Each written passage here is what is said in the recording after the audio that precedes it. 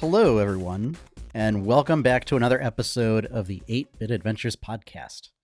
This is episode 288, and we've got a couple news topics today. Unfortunately, both Nintendo and Sony decided they're going to drop presentations tomorrow. So I may do a video, sort of a reaction video for the Direct. I've never done one of those before, so maybe we'll do a sort of live reaction of that, and I'll post it maybe, and some of my thoughts and analysis. But yeah, I hope everyone's been doing well. Again, welcome to the 8-Bit Adventures podcast. I'm your host, Sean Hayes, and I'm here to bring you the latest and greatest geeky news of the week. I remembered it this time. Albeit a little late, but yeah. So some interesting stuff. A big Lorcana announcement. And I've got some fancy graphics for those that are watching the video version of this podcast. And yeah, just some gaming news and stuff. I apologize for not having podcasts out the past 2 weeks. I have been dealing with mono. Which, for those who have been keeping score and have been following along, this is the mono has come on the tails of COVID. So that's real fun, is having, probably the most notorious sort of fatigue disease, on top of, recovering from thyroid cancer and an autoimmune disorder and all this other stuff. And I couldn't make it work, folks. So, but we're here this week. Have some other issues that I'm still powering through, but we're able to do it. If I can get stuff sorted out, maybe we'll start doing some other streams again in the future. Trying to shift up my schedule a little bit. Yeah, because it'd be fun to do that. And unfortunately, until I get a lot of the health problems fixed for those who were longtime fans of the comic, that kind of led to the creation of 8-Bit Adventures. I just haven't been able to do anything artistically. So, I can't make it work. But however, folks don't tune in to this to hear me whine about my health problems. You tune in for gaming news. So that's what we're going to talk about. And we've got some fun stuff. So why don't we get right into it?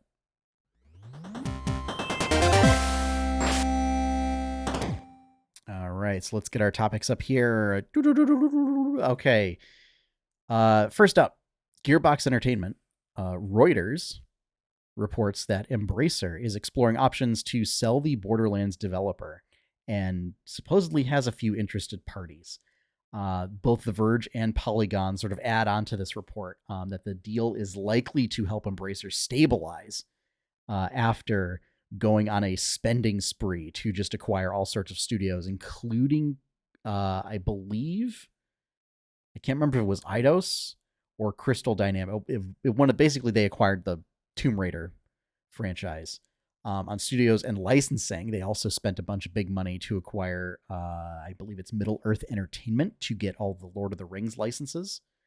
So they spent all that money, got a bunch of projects in the works, but then they lost out on a $2 billion investment deal, which was reportedly from a Saudi government-funded investment group called Savvy Games Group. So this is that group that I've kind of talked about before, of sort of the Saudi government trying to get its hands in a bunch of different industries, and gaming was one of them, of just throwing out seemingly endless amounts of money to become a major shareholder in various companies. So yeah, the fact that they're now looking at, oh no, we bought too much. We dug too deep and too greedily, and now we have to sell off some things. I think this will be good for Gearbox. I don't know who the interested parties are. They kind of spoke on anonymity. I being an independent developer is scary, but I think Gearbox is one that could probably benefit from doing that. This also comes after Gearbox was forced to do layoffs from Embracer, like a couple years ago. So it would be nice to see them get back on their feet. I don't know if Microsoft is one of the interested parties, given their sort of recent spending spree, although I could see Microsoft being a little bearish on wanting to acquire more studios since they're still going through the approval for Activision Blizzard. So we'll have to see what happens with that. Next up, The Legend of Zelda Tears of the Kingdom, Polygon reports that in an interview with Famitsu, Eiji Anouma, the producer of the game, has stated that there are no plans for new content for the game. So unlike what we got with Breath of the Wild, where we got the expansion pass, there is no plan to do that with this game.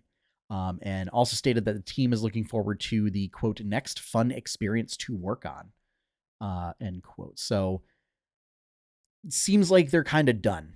Like they put as much as they could into the game, and there's not really any plans to do any additional content for that.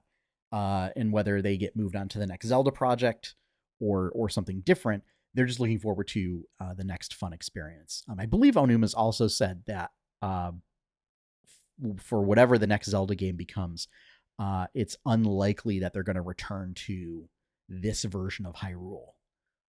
So whether that means it's not going to be sort of an open world experience again or what, I don't really know.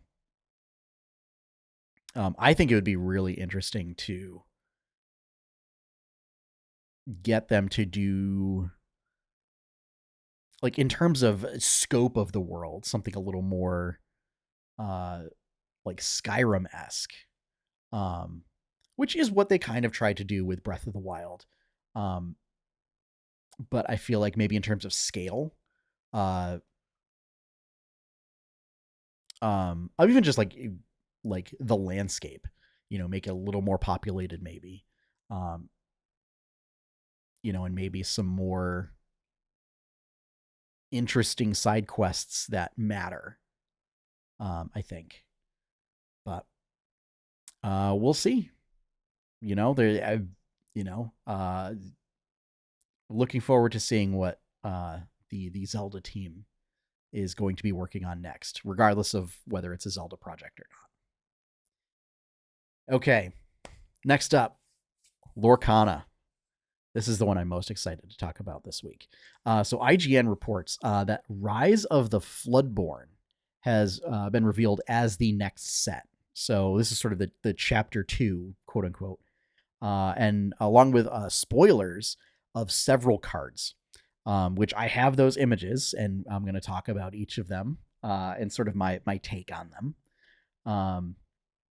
But properties showcased in the set will include Winnie the Pooh, The Princess and the Frog, The Jungle Book, Snow White and the Seven Dwarfs, The Great Mouse Detective, that's a little bit of a deep cut, Pinocchio, Zootopia, and Raya and the Last Dragon.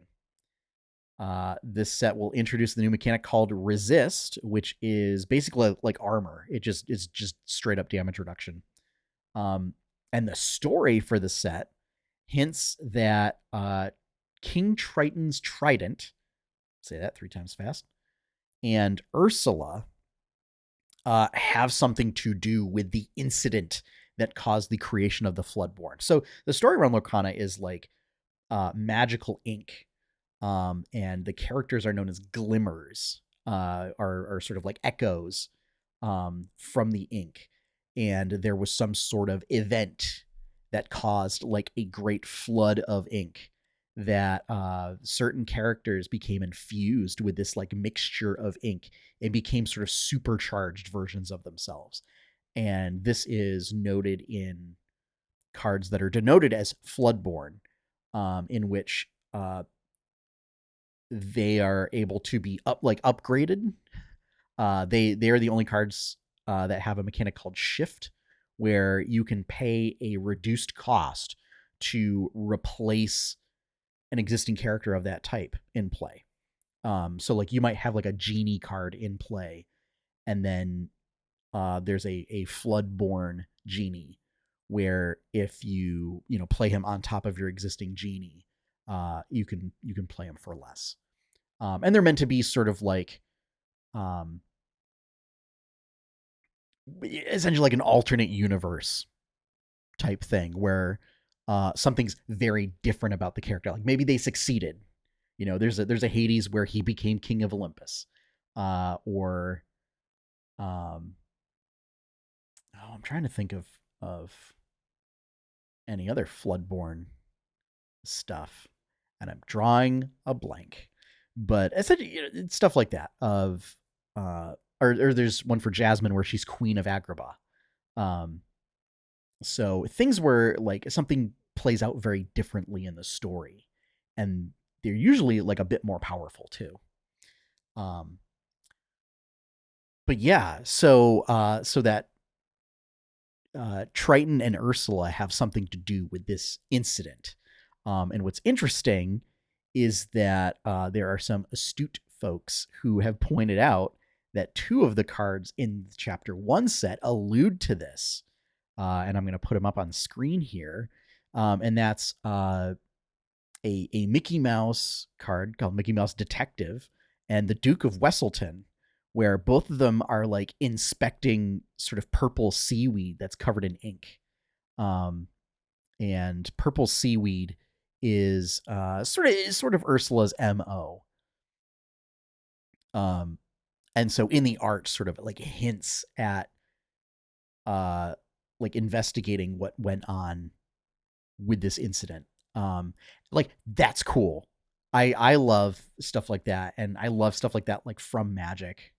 That I don't know if they really do that kind of stuff that much these days, but like it was wild, 20 years ago, playing Magic, or even dare I say 25 years ago, and just all the little details and stuff that you could like pick out of various cards and be like, oh, that's a reference to that thing and this thing. But as far as the cards themselves, as we'll take a look, we got some previews. So we got previews of the Queen from Snow White. We're getting another Mickey Mouse card and another song. I think our first song from Hercules, which is 0 to Hero, perennial favorite. These are all pretty powerful. So the Queen is an inkable card, which means you can use her for resources. Costs 5. It has 4 power, 3 willpower, which is your power toughness. This is a Floodborn card, so it has that shift mechanic, which is 2. So if you have the Queen in play, you could, instead of paying 5, pay 2 to put her into play, and you play her on top of an existing Queen character. And whenever this character quests, which is how you earn points and win the game in Lorcana, you choose an enemy character, and their power is reduced by 4 this turn, and one of your characters has their power increased by 4 this turn. So this will go great in there's like a ruby amber princess deck. I think that this will go pretty well in that is focused on sort of being aggressive in attacking your opponent's characters. So I could see this being a great card for that. And when the Queen quests, she gets 2 points. So that's pretty decent. 0 to Hero is a cheap song to play. It costs 2. And because it's a song, you can play it for free if you have a character that costs 2 or more. And it basically, you count the number of characters you have in play, and you reduce the cost of your next character that you play this turn by that amount. This is pretty good. Amber in particular is a go wide color. And so this just plays right into just flooding the board with more and more characters. And then this you could flood the board with all your cheapies and then play this song and then just like drop a big bomb card. And then Mickey's an inkable card. It costs 6, 1 power, 6 willpower. And whenever he quests for 3 points, so that's really good. You pay 3 less for the next character you play this turn. So again, really establishing that go wide strategy for Amber, I think is going to play a big part in really reinforcing that strategy. Oh my goodness. And we're already, wow. It's already been like 20 minutes. So we'll try and make this quick. For Amethyst, we've got Winnie the Pooh. Winnie the Pooh is just a vanilla card, but it's great. He is sort of a honey wizard, so the art in particular is amazing. I would say if you're an audio listener, go check it out. It's like a very beautifully illustrated like Pooh Bear with like a big wizard robe, and his staff is a like a honey dipper. And he's like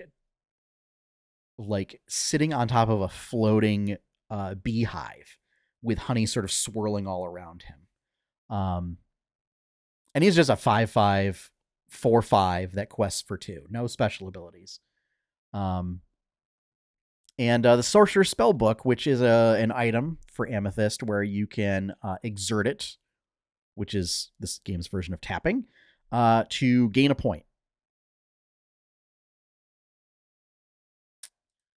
Ruby gets an interesting card. So they also get Raya. Raya, sort of like Pooh, is a 5/3 for 4 that quests for 1. Not very exciting. And it's just an uncommon, so I expect we'll see probably certainly a Floodborn version, I would expect, and maybe a Dreamborn, like an enhanced Dreamborn version. But Dinner Bell, which is from Great Mouse Detective. So it's an item that you can exert it and pay 2, and you pick one of your characters and you draw cards equal to the damage on them. And then you send them to your discard pile. You banish them.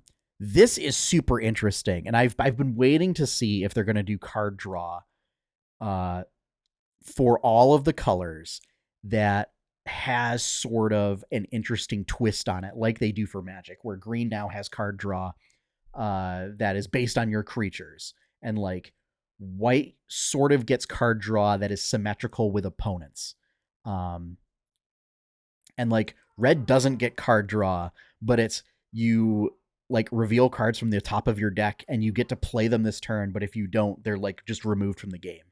So I think interesting things like that they're doing in Magic then transport over here. So like red or ruby in Lorcana is basically about like taking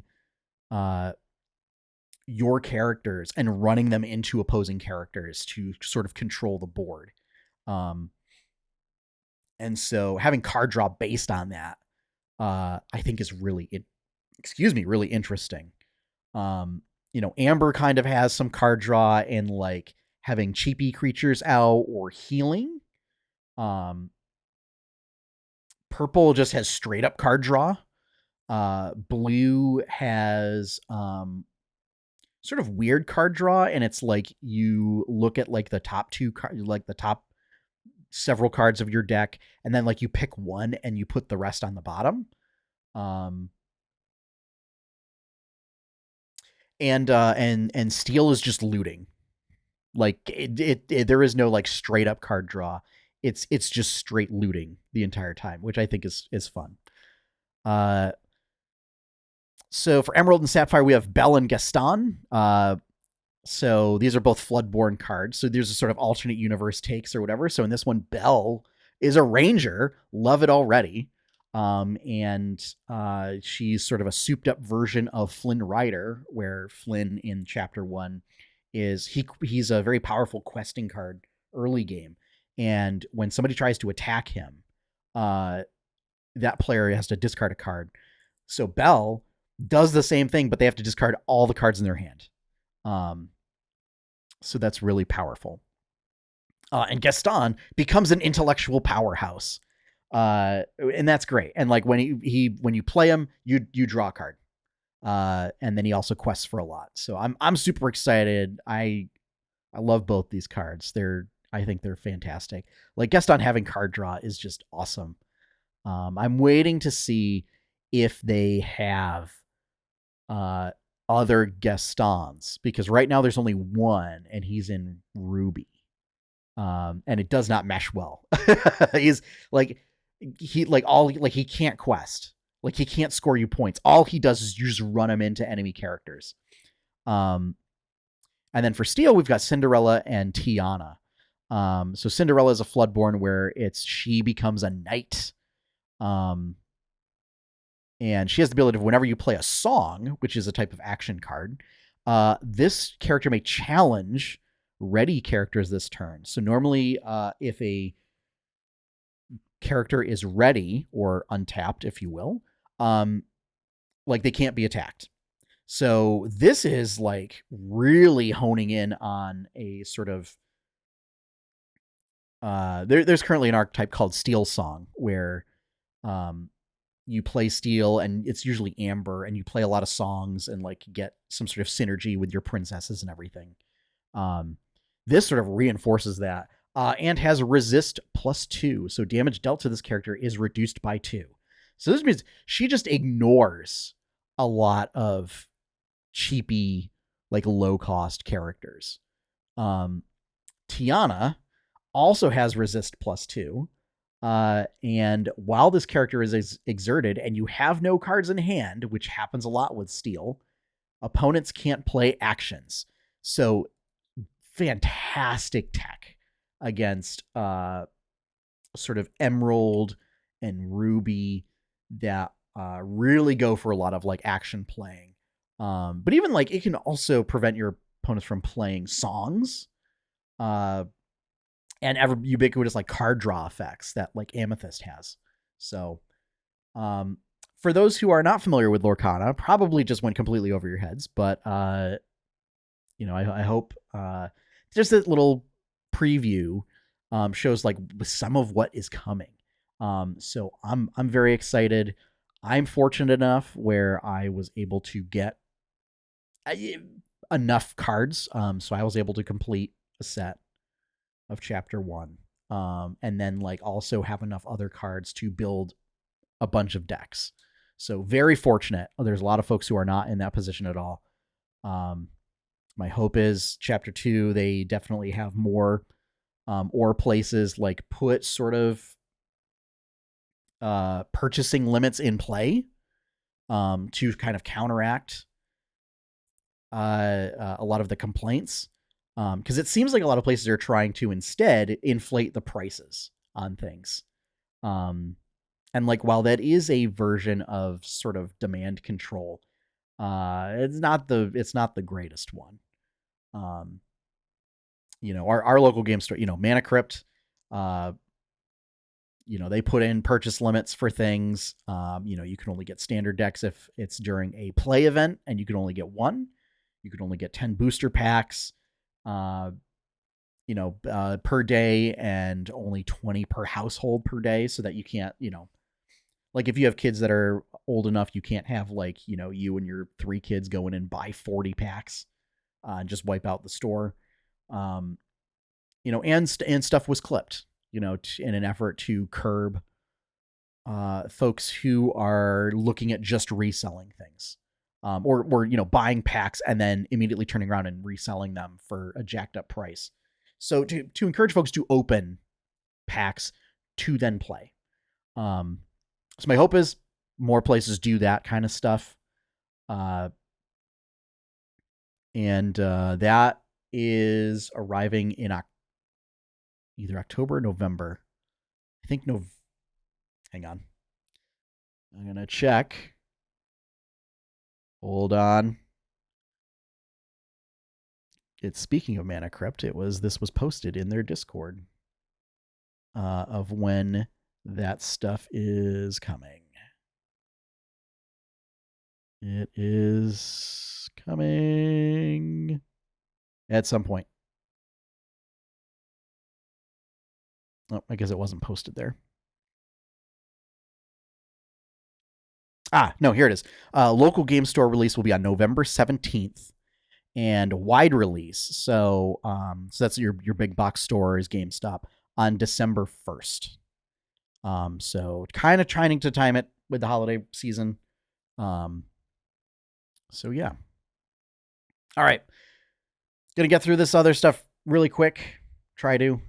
Nintendo will be showcasing a direct focusing on winter releases on Thursday, September 14th at 10 a.m. Eastern Time. Again, they couldn't have moved it forward a day. Similarly, Sony will also be showcasing a state of play focusing on third-party and indie titles September 14th at 5 p.m. Eastern Time. That's just sort of going with the meme of Sony's just going to copy whatever Nintendo does, but also do it like later.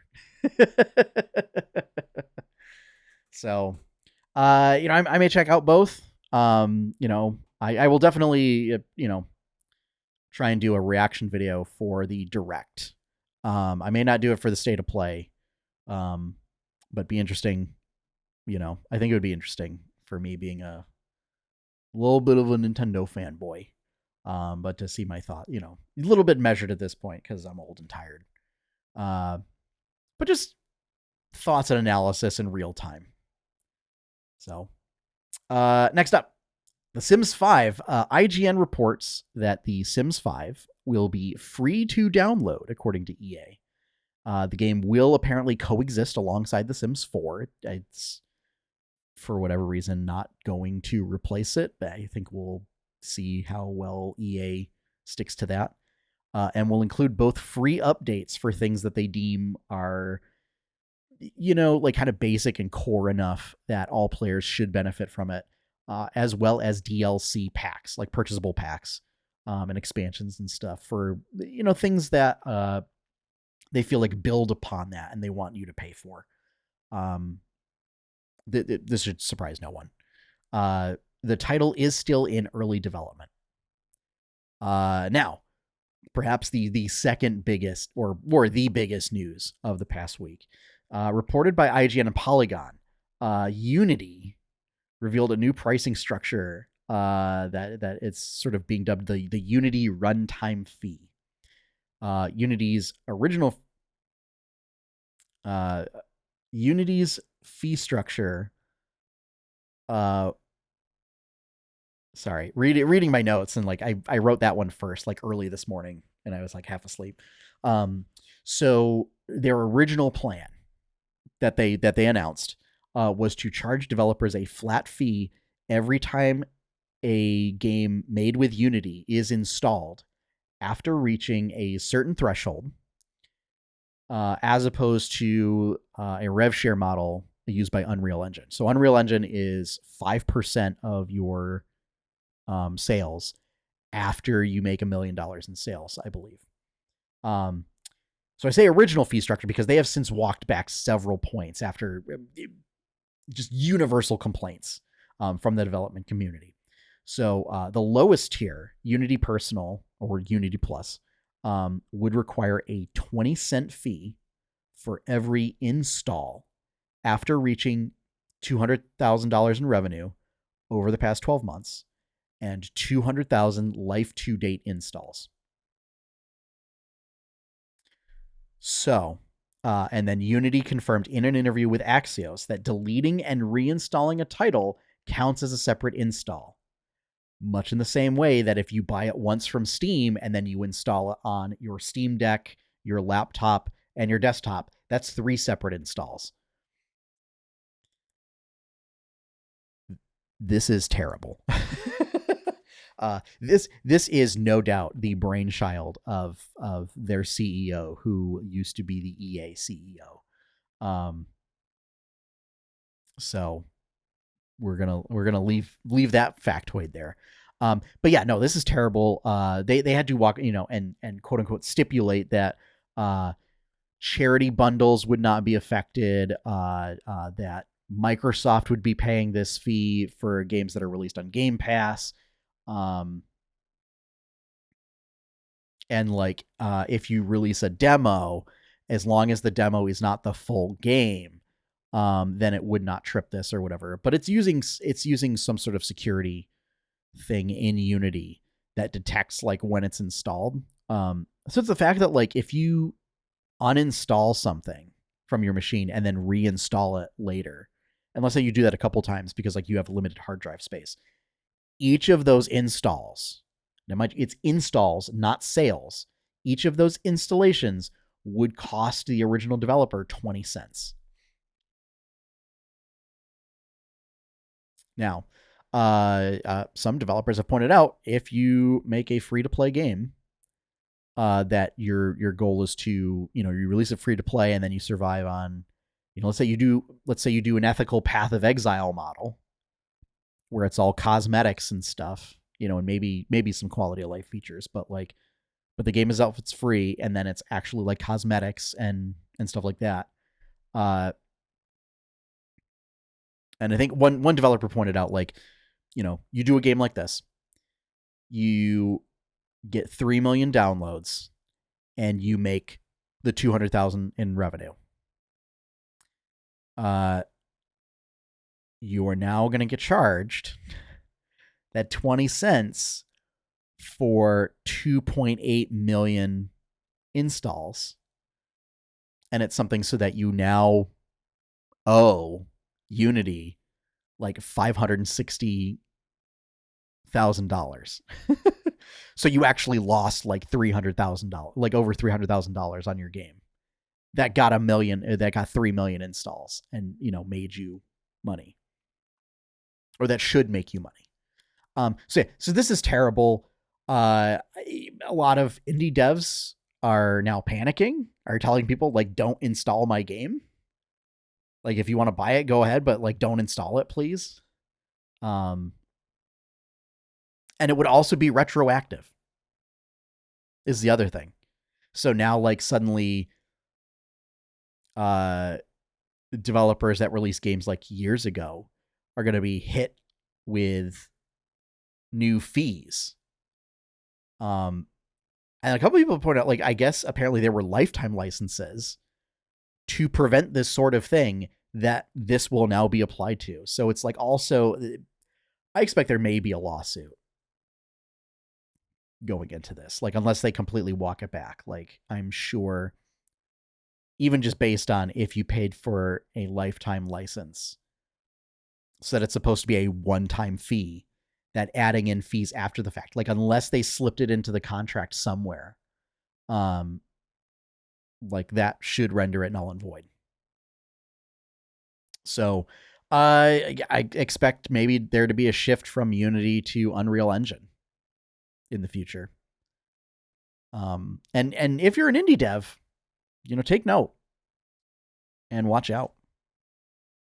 If you expect it maybe to not get to that level, sure, go ahead.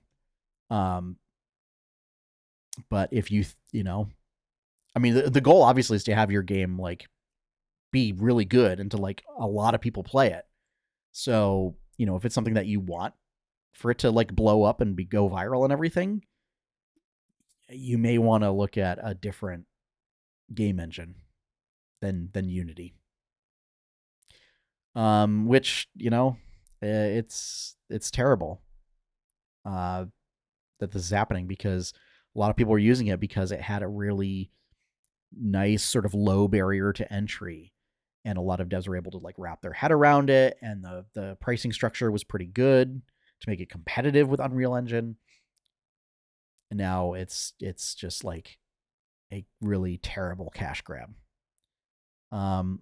Which, as a reminder, I mean, former CEO of EA, notably the most hated company in America. So there we go. All right. This is going to wrap up our show for this week. Thank you all for joining me.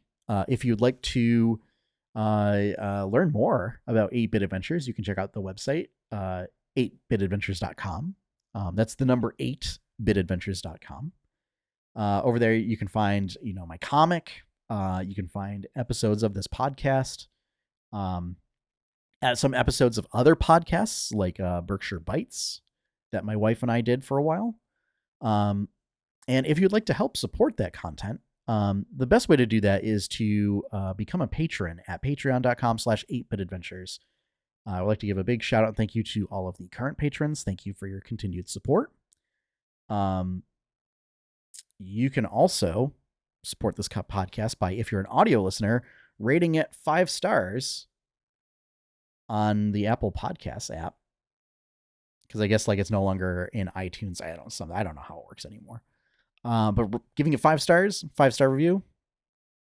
Or if you're a listener or watcher on YouTube, make sure subscribe, get notifications, and all that stuff so that you can be notified when this goes live. Finally, our opening theme is One Up by Professor Shy Guy. You can find his work over at professorshyguy.bandcamp.com. And with that, and these are all in the various show notes that get put either in the podcast form, whether it's in audio format or in video format. It'll be in the description of the episode. And with that, that's it. So thank you all for joining me. And as always, have fun, happy gaming, and enjoy your pie cake.